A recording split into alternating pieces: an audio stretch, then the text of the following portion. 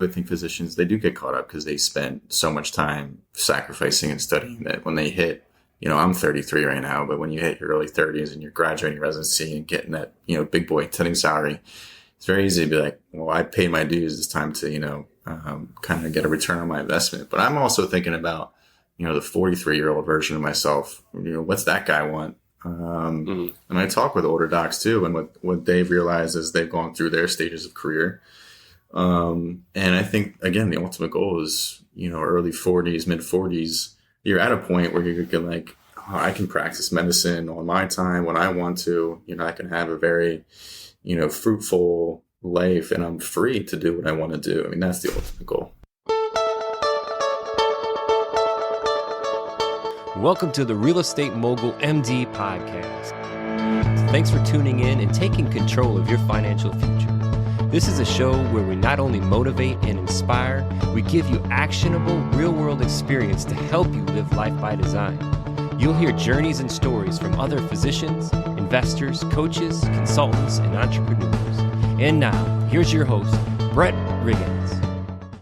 Just imagine, what would it feel like to come straight out of residency and go directly into being an entrepreneur, a business owner, direct primary care?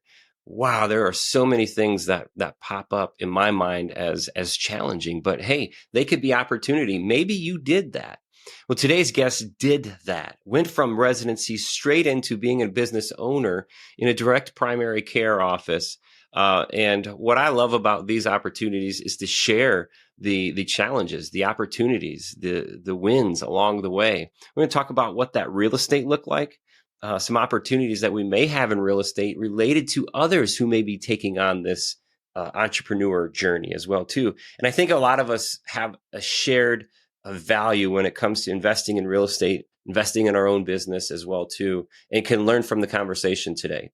So today's guest is a board certified family medicine physician who owns and operates Blue Ocean Health. It's a direct primary care practice in King of Prussia, Pennsylvania. Everybody, please welcome to the show, Dr. Matt Kavalek. Hey, Matt, welcome to the show. Here we are again, the Real Estate Mogul MD, talk a little bit about medicine and real estate. So before we jump into this, just give the listeners just a little bit. First of all, welcome. Thank you for having me. I appreciate it. Yeah, I kind of blow by that sometimes, but it's so cool because for the listeners who don't know, we talk a little bit before we come on here and just a little bit about like that connection and forget to make that connection with the listeners. So why don't you let the listeners know, Matt, a little bit about your professional career up to this point? Yeah, certainly. So I'm a board certified family medicine physician. I went to medical school in New York Medical College, graduated in 2019. Then I did my family medicine residency at Chestnut Hill Hospital in Philadelphia, Pennsylvania.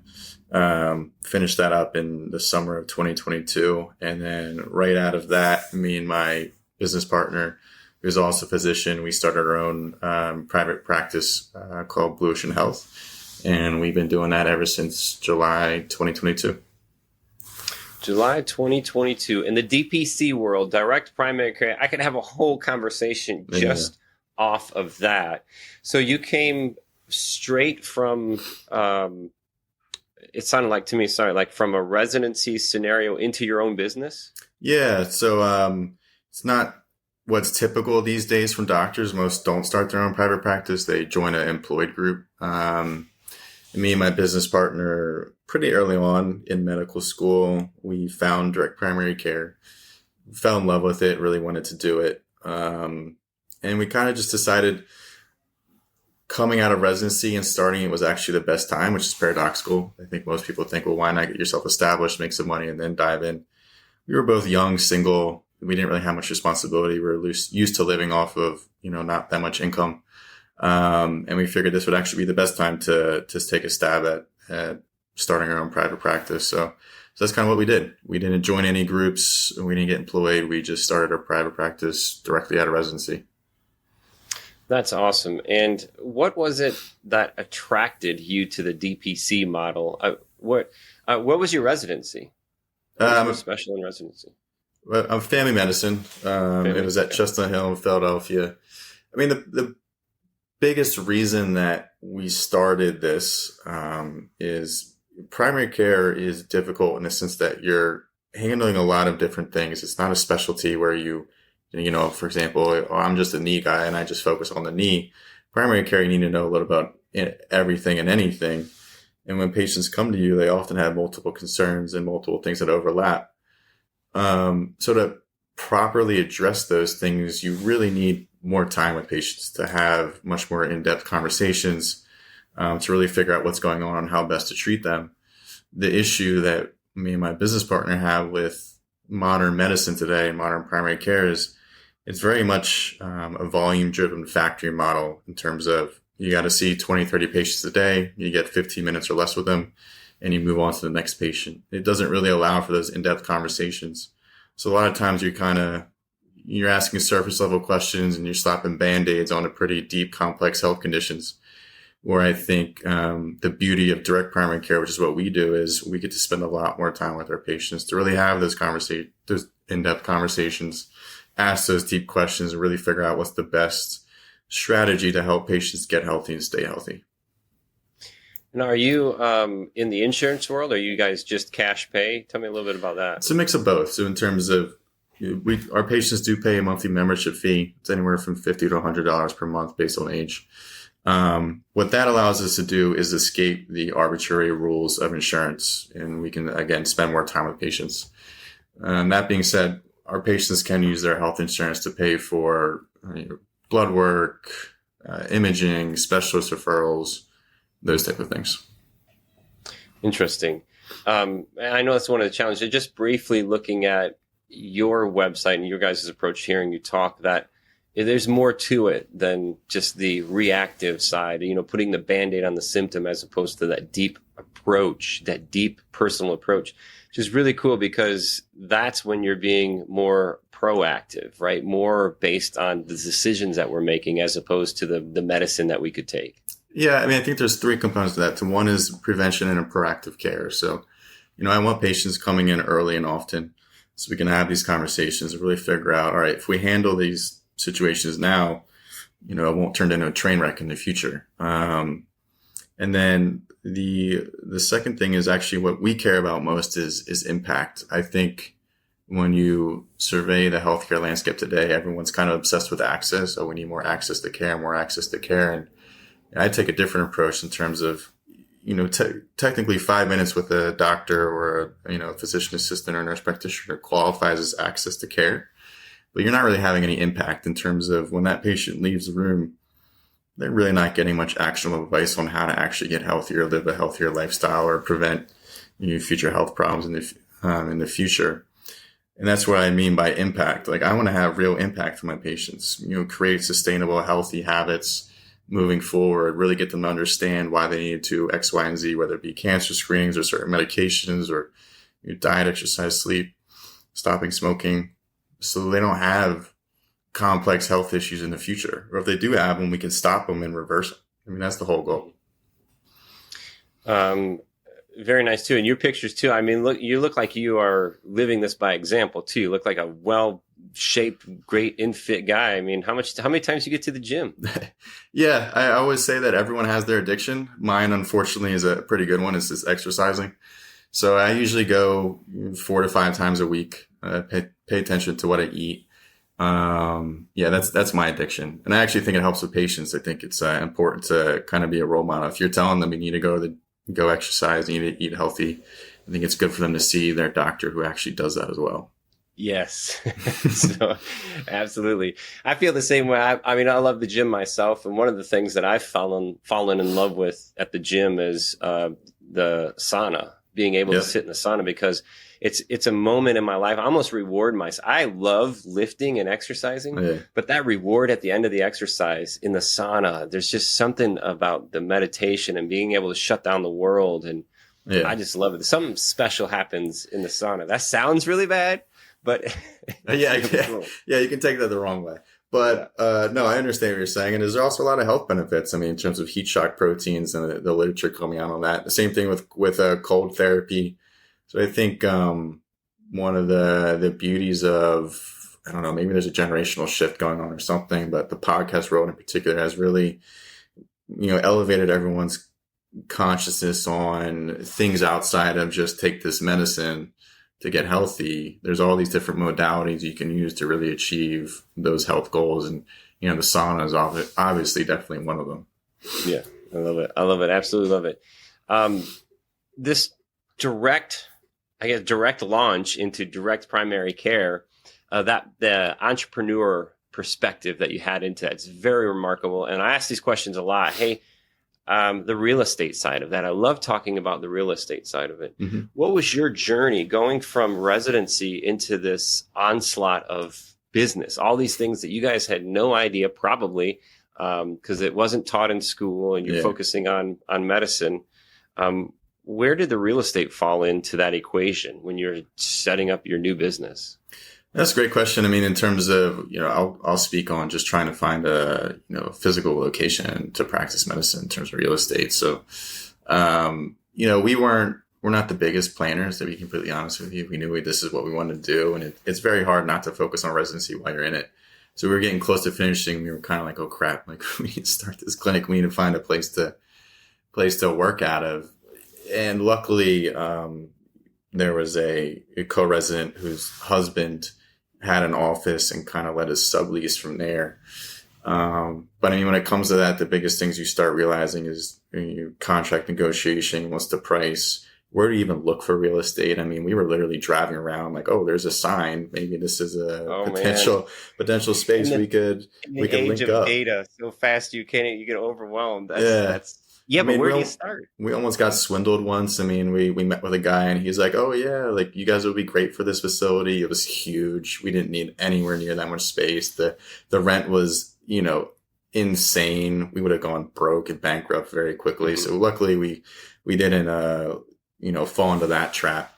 But then, there's actually a beautiful concept in the healthcare commercial real estate world that's beginning to see increasing popularity, and it's, office co-sharing, but specifically for medicine.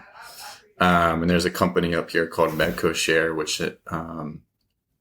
has that concept and is building that and establishing it. They have a location in Philadelphia, New Jersey, here in King of Prussia where we're at, and they're expanding into Texas, and goal is to go nationwide. But the beauty of it is it's kind of turnkey in terms of they have everything pre-furnished. So if you look behind me, you see the nice cabinets. It's got a nice sink, the gloves, the sanitary dispensaries. They got the exam tables. So we don't have to build that out. We don't have to worry about regulations, rules, anything like that. We just kind of lease. We pay month to month, and we get, a dedicated office space, which for a physician like me in a small private practice is amazing because I don't have to worry about this stuff. Again, I can just focus on medicine, and I'm not locked into a long-term lease. Again, it's month to month. So those things, I mean, for me, it was a no-brainer. And I think more private practice, independent physicians are looking into things like this. Yeah, it's kind of like and not only in your particular scenario, but I've heard of another thing similar. It's almost like the Airbnb shape of the office rental. And I think there was a company doing it where they did med spa type rentals where they would have, somebody come in and rent the office itself. But this was more of a per room kind of thing where it sounds like you have the section kind of laid out, similar to a co-share where I've done when I first moved to the Carolinas, my office. I just went in, paid, was it $500, $600 a month, and I had a desk in an office, with the conference room and all of that stuff. So that's really cool. And as far as your direction, I always relate this to taking like sniper shots before you drop a bomb.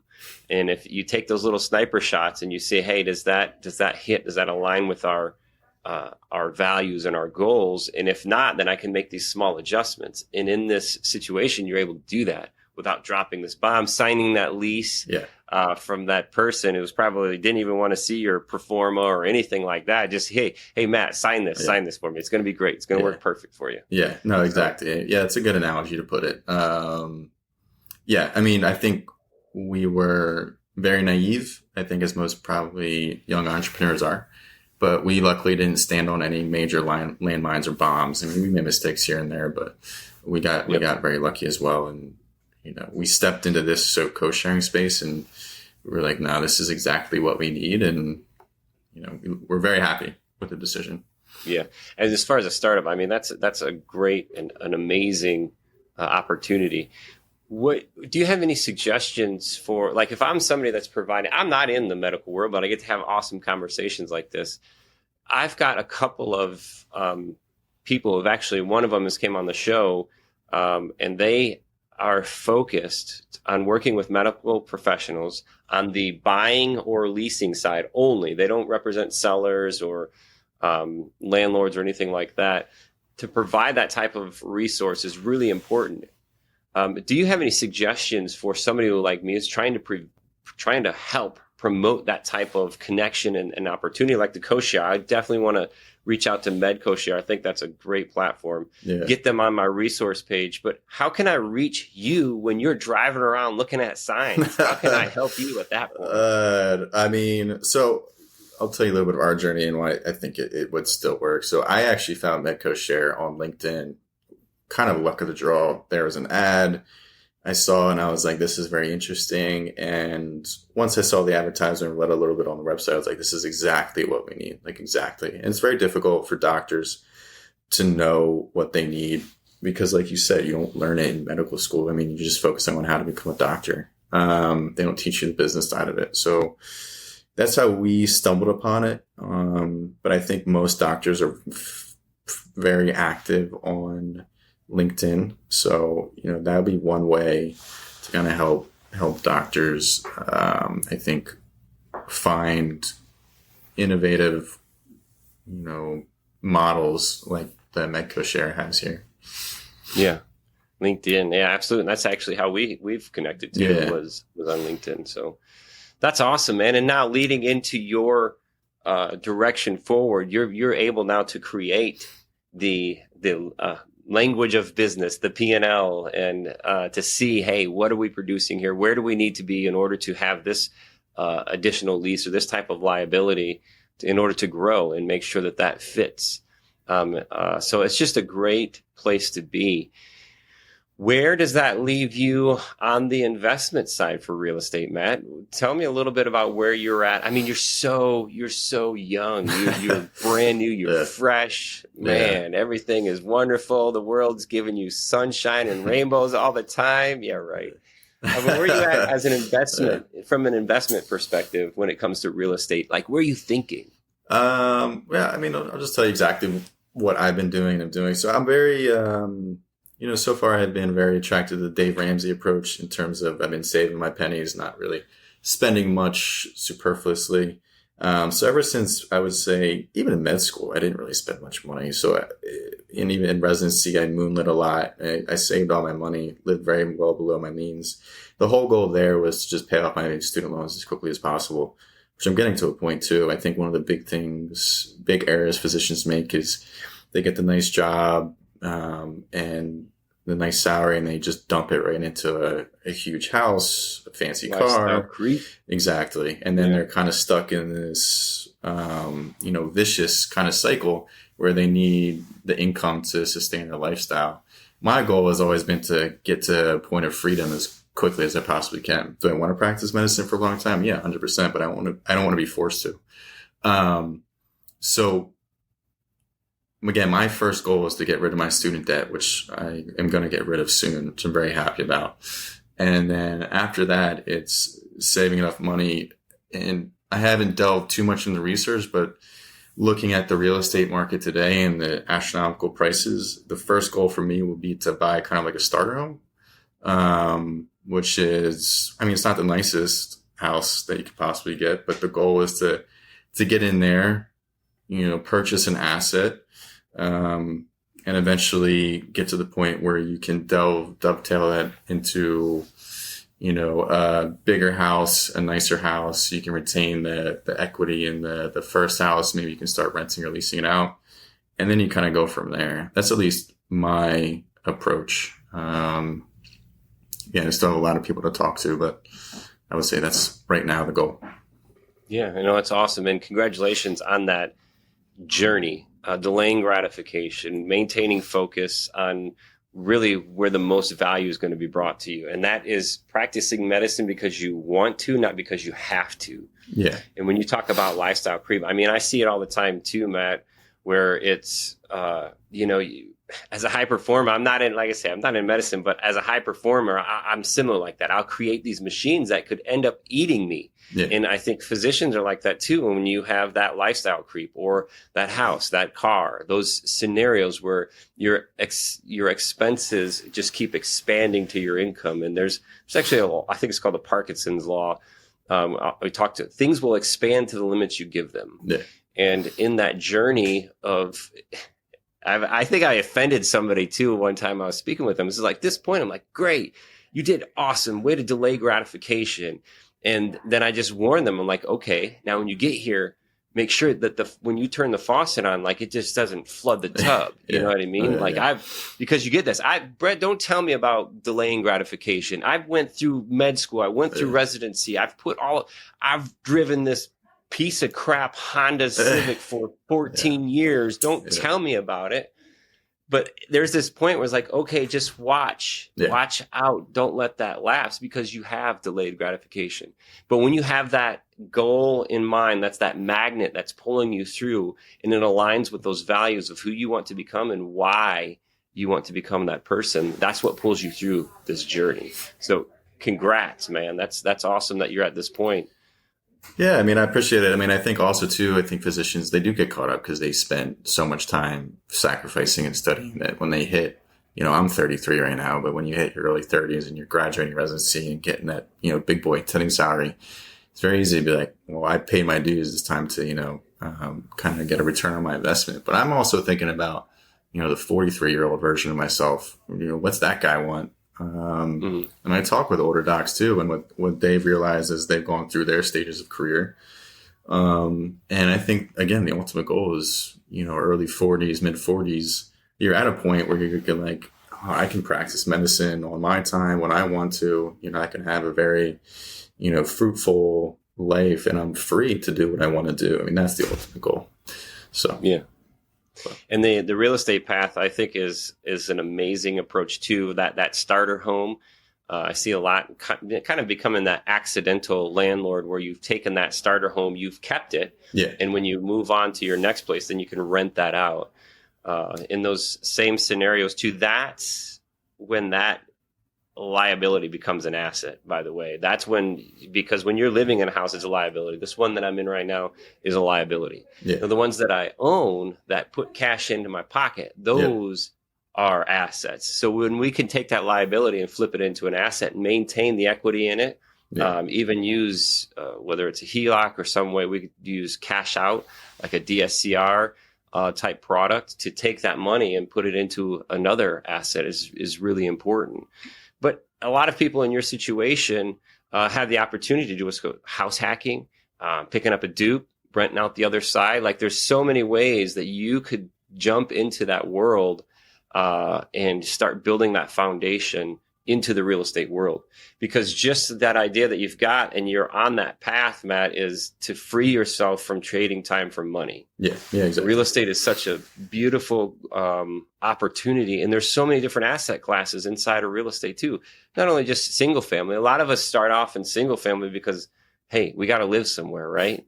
Yeah. But there's so many opportunities now, whether it's storage, multifamily, mixed use commercial, retail. I mean, when you guys launch into your next opportunity, there's a great opportunity for you on the real estate side as well too, whether it's, either developing or acquiring the building.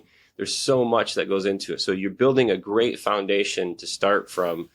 What outside of single family has kind of piqued your interest so far? Any of it as far as real estate class? I mean, to be honest with you, something that along the lines of what Medco Share is doing. I just love their model. I think it's a brilliant model. I think it's going to grow in the future because I think you're going to see a return of at least physicians who really want to get back to providing high quality medical care, and they don't have a corporate boss who's demanding them, be on the hamster wheel. So as that grows, I think this market for these type of co-sharing spaces where you have a very small footprint as a physician you don't want to have to, lay out a huge amount of capital or get a massive loan. You kind of want to be like, all right, this is my small little investment. And it's almost like what we call a micro cash practice. And as it grows, great. And I can expand my footprint as needed. So I think there's a lot of interest from at least the doctor world.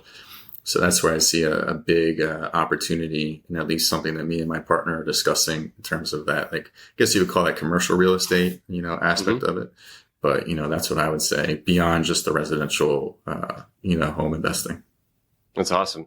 What if 43-year-old Matt looks back in 10 years and he is set in a position where he negotiated a seller finance on 2 or 3 buildings from a direct primary care physician who's getting out of it and wants to not take the huge tax burden. So he negotiated a seller finance deal to acquire these facilities and then started doing the Medco share platform out of those. I think Matt at 43 would be pretty happy with a situation like that, huh? Yeah, I mean, it sounds good. You'd have to explain to me a little bit more about how that exactly would work. Go ahead. Yeah. So what's really cool is one of the limiting mindsets that we have in the world of real estate. Well, the 2 big ones, time and money. Sometimes we have more of one a lot of times you have more of one than the other. However, you're getting there, but they're a limiting mindset. Just because I don't have the money doesn't mean that I can't take steps towards that direction or that goal now. Mm-hmm. And what you've been injected into is opportunity right now, but it's not there if you have that limiting mindset. If you remove that and say, okay, if that 43-year-old Matt wants this type of direction, then my mind needs to be open. My ears need to be peaked to these opportunities. If there are direct care doctors who are out there, I can guarantee you that a lot of them are not going to want to take a tax burden of the appreciation of the building from when they bought it, say at $1 million and now it's worth $2 million. Mm-hmm. What we can do is offset those capital gains by doing a seller finance situation. Interesting. If I can do, depending on how you negotiate, I could negotiate where I don't have any money in, but ultimately I could give them some money and then stretch that deal out over 5 years, 10 years. So it becomes more of a passive investment for them, decreasing their capital gains on that real estate transaction. But then also it creates a scenario where Matt has a loan and Matt didn't have to go through the Fannie Mae, Freddie Mac slaughter lines, going through filling out this form, that form, show me this, show me that, where you've built that trust from the relationship that you've built with this other physician. So in your world, you're going to have so many people that you see that are retiring that, hey, these old docs likely have their own practices. Yeah. Some of my colleagues that are doing the best have their primary cares and they own the real estate as well too, like the McDonald's approach. So removing that from our minds and saying, hey, what does that look like for 43-year-old Matt who owns this property? How did he get there? What are some opportunities to get there? And the coolest thing, Matt, is that they're all around us. Just having that, I think it's the reticular activating system in our brain that kind of peaks up. Yeah. So when somebody says real estate, or next time you talk with the primary care physician in around Philadelphia, maybe it doesn't have to be around Philadelphia, and it kind of fits in that model of what you guys are doing. Hey, let me talk to you about that. Yeah. When are you thinking about getting out? Have you thought about selling the building? What does that look like? Have you ever thought about a seller finance scenario or seller carry? And just start having those discussions. It's just a great way. My experience too is just saying, hey, I don't know every step of this process, but man, I'd be interested to learn your take on this. Is this something you would consider? Yeah, no, definitely. I think one of the biggest, maybe it's a mindset. I just think maybe it's just a lack of knowledge. I mean, until you know about this type of stuff, you don't even know it's possible. So that's cool. Yeah. I like it. Yeah, man. Podcasts, conversations, putting yourself around, people who, that creative path. You mentioned podcasts is kind of like shifting maybe how people are seeing or learning about health. It's the same for real estate too. There's so much out there that's in the creative world that, most people think, oh, you can't do that. Yeah. I mean, how many real estate agents I've talked with, and I'm licensed in a couple states. How many real estate agents that I've talked to that have been like, oh, you can't do that. right? Like I'm trying to take something for somebody. No, it just doesn't fit in your box. Yeah. So that path where you create opportunity is just learning that it's out there through podcasts is a great way to do it. And that seller finance is something that I always bring to the table because it's such a great, hey man, if I could offset taxes for the seller and then create a situation where I have credit now based off of the equity I have in the relationship, man, that's an awesome deal. Yeah. It's not likely something that you're going to see on the MLS, once something goes that way or through an agent. So yeah, just learning the opportunities, like what's out there is really important. Yeah, definitely. So very cool. We'll keep at it, man. I got one question. Since you are the wonderful ripe age of 33 in the entrepreneurial world, in the world of medicine, to kind of launching into real estate at this point, the question I would ask is the knowledge that you've gained in the business world, the knowledge that you have delaying gratification. If you could take that and go back 10 years and say you were sat next to your business partner, I'm not sure if you knew him then or not, someone similar to your business partner with the experience that you have now, what would you tell that person 10 years ago? Tell them buy a home. 2015, man. Buy a home and wait till the COVID pandemic, and then you're going to freaking make a killing off of it. Buy Bitcoin and buy a home. I think just getting into number one, investing earlier. I think we all make that mistake. One of the big rules is the compounding effect. We underestimate that. When the younger you start, the better. So that's number one. Number two, damn, I just had it in my head and I lost it. It'll come back to me.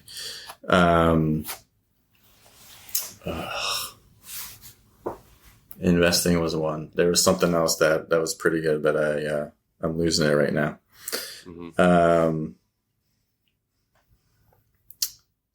Habits. So I'm a huge believer in habits. Show me your habits. I'll show you your life. I'll show you your financial life, your health, your family, your social relationships, everything.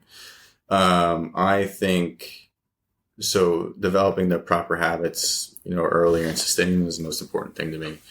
So when it comes to finance and real estate, something that I have started that I wish I had started earlier was reading and researching this stuff. So, when I was 23, 10 years ago, I could have had 10 years of learning about this stuff that I already had under my belt that I don't have currently. So those would be the two, biggest things that, if I could go back, that I would have done. Mm-hmm. Yeah, that compounding effect is huge. And I hear this a lot. And it's the fact that I hear it a lot's compounding on me, how much more that we should stress it about investing early, start sooner, start now, because in 10 years, that would be 10 years ago that you would be saying in 10 years. So now is the great time to start. And habits are huge, man. And I have my own set of habits, and everybody does, but it's the habits for me of reading in the morning. And it started with something, it's called 75 Hard. I don't know if you've heard of it. Yeah, I'm a huge fan of that, definitely. Yeah. So that journey changed my life for sure, for the better. It was another inflection point in my life. But that 10 pages was huge. And if I could continue that habit of 10 pages every day, man, it's such a beautiful thing. And I look back, if I were to look back 10 years and I look back people maybe who were close to me, around me, and I looked at the habits of those who read 10 pages a day and those who didn't, that is very easy to see in the progress of who we've become now 10 years later. Yep, 100%. So very, very important. Man, you're on the right path. Again, congratulations. Stay focused. I've got this thing in front of me, and it says, hold the vision and trust the process. Yeah, you are right there, my man. So hold the vision and trust the process. And we appreciate your time and you sharing your experience today, Matt. Yeah, thank you very much for having me on the podcast and teaching me some things about real estate. I look forward to the future.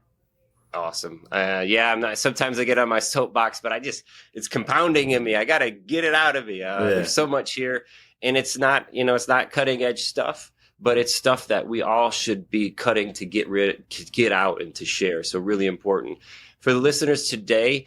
Man, thank you for your time. And if you want to reach out to Matt, you can find him at blueoceanhealthdpc.com. That's all spelled out. I'll put it in the description, blueoceanhealthdpc.com. Learn more about Matt, his company, his partnership, his journey. You can connect with him there. And you heard him say it. Today is the best day to start, because 10 years from now, you wish you had today again when it comes to investing and creating good habits. So start that habit of starting now, taking action, and removing the mindset blocks that we have. Having conversations with people who have done maybe something similar that you want to do, to really understand what are the questions that I need to be asking myself. Who do I need to become in order to be who I want to be in 5-10 years? So today's the best day to start. Thank you so much. This is the Real Estate Mogul MD.